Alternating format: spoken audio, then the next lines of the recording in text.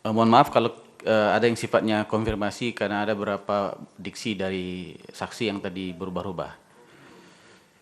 Kalau saudara mengatakan tadi kecurangan ya, itu slide pertama yang disampaikan oleh saksi sebelumnya dari pihak kami.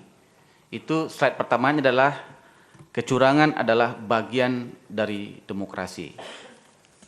Kalau dalam ilmu public speaking atau debate, kalau kita membuat opening statement seperti itu, opening statement itu adalah bangunan konstruksi yang mau kita sampaikan. Ya, apakah seperti itu yang Anda maksudkan? Dan itu nanti berkaitan dengan yang berikutnya. Sejauh pengetahuan saudara, ketika Anda membuat slide yang pertama dengan opening statement seperti itu, kecurangan adalah bagian dari demokrasi, seperti apa?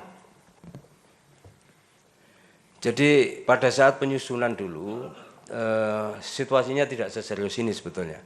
Jadi saya ceritakan begini. Jadi kira-kira filosofinya itu begini.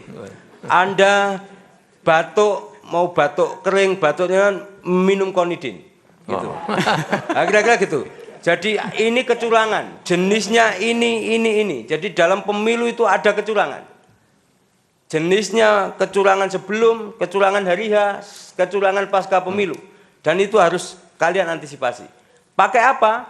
Pakai aplikasi yang namanya Jamin. Nah itu.